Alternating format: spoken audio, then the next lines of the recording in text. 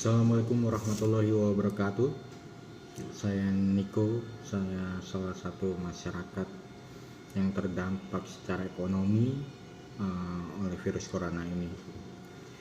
Di sini izinkan saya memberi inputan kepada pemerintah, masyarakat, dan elemen-elemen lain yang bisa memberikan instruksi atau lebih didengar oleh masyarakat. Sebelum saya memulai video ini, sebelumnya saya memohon maaf jika ada kata-kata saya yang salah, dan juga saya memohon kepada pemerintah jika ada pemikiran saya yang salah, tolong dibenarkan. Kata-kata saya yang salah dan masukan dari saya salah, tolong dibenarkan, tolong tolong diluruskan, dan jangan hakimi saya, jangan penjarakan saya. Saya berhak berbicara, saya berhak untuk memberi masukan kepada pemerintah tanpa intervensi siapa-siapa, asalkan masukan itu baik dan benar. Jika ada yang salah, tolong diluruskan saja, nanti saya akan lebih banyak belajar dari masukan jika ada masukan yang salah dari saya. Pertama-tama saya mendengar cerita corona ini di Cina, di Wuhan. Saya cukup khawatir, meskipun itu tidak terjadi di negara saya waktu awal terkena corona itu di Wuhan di bulan Desember, tapi saya baru dengar beritanya itu di Januari. Awalnya masyarakat kita banyak corona ini banyak menjadi lelucon, tapi saat ini corona bukan lelucon. Corona menjadi pandemik yang sangat menakutkan. Ya. Apa sih itu corona? Corona itu adalah penyakit wabah yang bentuknya sangat kecil gitu, tidak terlihat oleh kita ya. Sekarang kita harus berhadapan dengan mereka, makhluk kecil ya. Terus apa dampak corona? Dampak corona yang paling pertama dampak corona adalah kesehatan kita terancam. Kedua adalah ekonomi terancam, baik ekonomi lokal maupun global. Jadi sangat serius corona ini ya. Ada pepatah bilang, meskipun kita tidak punya uang tapi kita sehat, itu alhamdulillah. Tapi corona ini lain.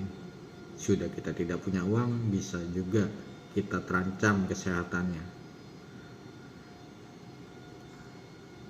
Lalu langkah apa yang harus dilakukan?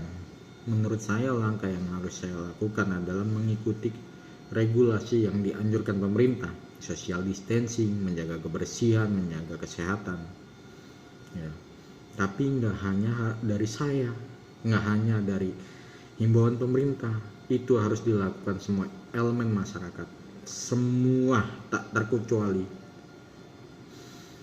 Ada hal lucu dari corona ini, ada yang biarin corona yang kena orang kaya aja, biarin corona yang kena pejabat-pejabat aja kayak gitu. Banyak di lingkungan masyarakat desas-desus kayak gitu.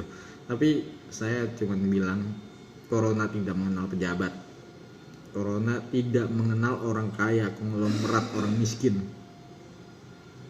Ingat, kita harus menjaga dan bersama-sama bersatu untuk mengikuti regulasi yang ada. Tapi menurut saya akan lebih efektif bila pemerintah juga menerapkan 4 sehat lemah sempurna dengan dari posyandu, dari kelurahan, RT RW harus digerakkan, memberi sarapan ke masyarakatnya terutama menengah ke bawah untuk memberi sarapan 4 sehat 5 sempurna. memberi asupan gizi yang baik agar bisa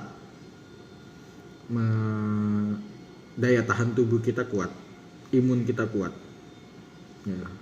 Lockdown itu cukup efektif tapi kurang efektif tanpa ada daya tahan tubuh dan imun yang cukup baik.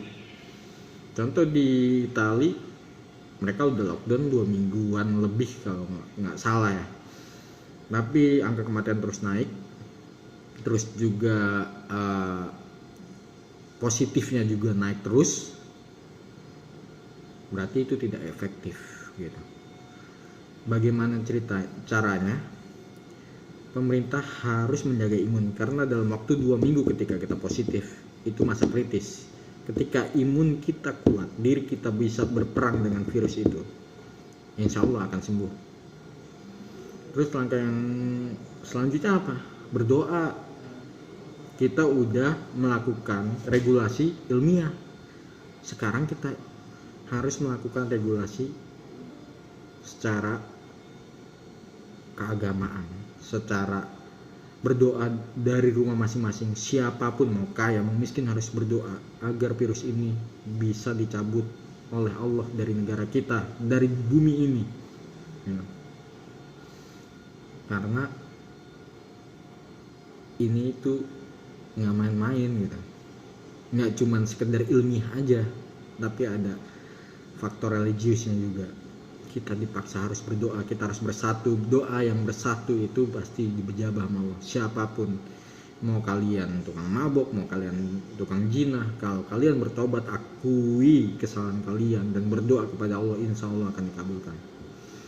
Terus pemerintah harus bagaimana? Menurut saya pemerintah harus cepat tanggap dan memberi langkah tepat. Caranya bagaimana? Kita pertama harus pikirkan bagaimana kesehatan masyarakat kembali pulih. Kedua, kita harus pikirkan setelah ini kita harus bagaimana ya. Caranya gimana? Dengan memberlakukan kegiatan-kegiatan sosial yang sehat. Contoh, memberi sarapan telur, madu, susu, itu bisa meningkatkan imun kita dan kesehatan kita. Olahraga yang terjaga, social distancingnya ya. Terus kedua, pemerintah harus berpikir setelah kejadian ini, kalau pemerintah tidak cepat, tepat dan tanggap, bukan hanya elemen masyarakat yang tidak percaya pemerintah, tapi juga pengusaha atau investor-investor asing akan takut investasi di Indonesia. Karena apa? Sekarang saya punya uang, misalkan saya orang luar negeri, ketika saya tahu portofolio Indonesia dalam menangani bencana seperti ini atau lagi pandemik seperti ini, saya akan berpikir itu akan menjadi salah satu tambahan pikiran saya untuk menaruh uang di Indonesia, untuk meninvest atau bikin usaha di Indonesia. Tapi jika pemerintah bisa mengambil sisi positif dari kejadian ini, pemerintah bisa cepat tanggap, tepat dengan kebijakannya, masyarakat akan percaya, investor asing pun akan percaya. Ingat, setelah kejadian corona ini misalkan sudah berlalu, akan ada masalahnya tidak percaya kalau kita tidak tepat dalam menanganinya. Karena ini urusannya ke semua sektor, mau dia orang kaya, semua elemen, semua sektor, mau dia pengusaha, segala macam, pedagang, itu kena dampaknya. Saya harap pemerintah bisa mengambil nilai positif dari kejadian ini agar bisa mengambil langkah-langkah tegas, tepat. Dengan cara apa? Kebijakan itu juga jangan hanya menengah ke bawah atau menengah ke atas. Harus dipikirkan, kita cari jalan tengah. Pemerintah itu penengah antara menengah ke bawah dan menengah ke atas. Pemerintah itu harus ada di tengah-tengah kita. Masukan dari saya, tingkatkan daya imun masyarakat, budayakan kebersihan, jaga kesehatan, dan gimana ceritanya ekonomi juga tetap bisa berjalan. Karena ketika kita harus kelaparan, kita tidak akan kuat menghadapi penyakit ini. Pemerintah, saya memohon kepada pemerintah, beri regulasi kami yang tepat. Contoh, gimana ceritanya temukan titik antara pengusaha dan kalangan masyarakat, titik di mana regulasi itu terjadi. Ataukah pemerintah akan meminjamkan uangnya ke pengusaha agar tidak ada terjadi PHK massal, pengurangan pajak, kebijakan stimulus, pemunduran kredit, atau restrukturisasi tenor pinjaman selama wabah ini ada. Karena itu yang menjadi momok menakutkan bagi kita. Ketika kita tidak berpenghasilan karena ekonomi lumpuh, tapi hidup kita harus terus berjalan. Kita harus bayar kontrakan, kita harus bayar cicilan, kita harus makan, beli susu anak. Bagaimana ceritanya itu bisa terpenuhi? Dan jangan sampai menimbulkan kegelisahan yang lebih besar lagi, karena bisa akan berakibat buruk ke depannya sih. Berakibat buruk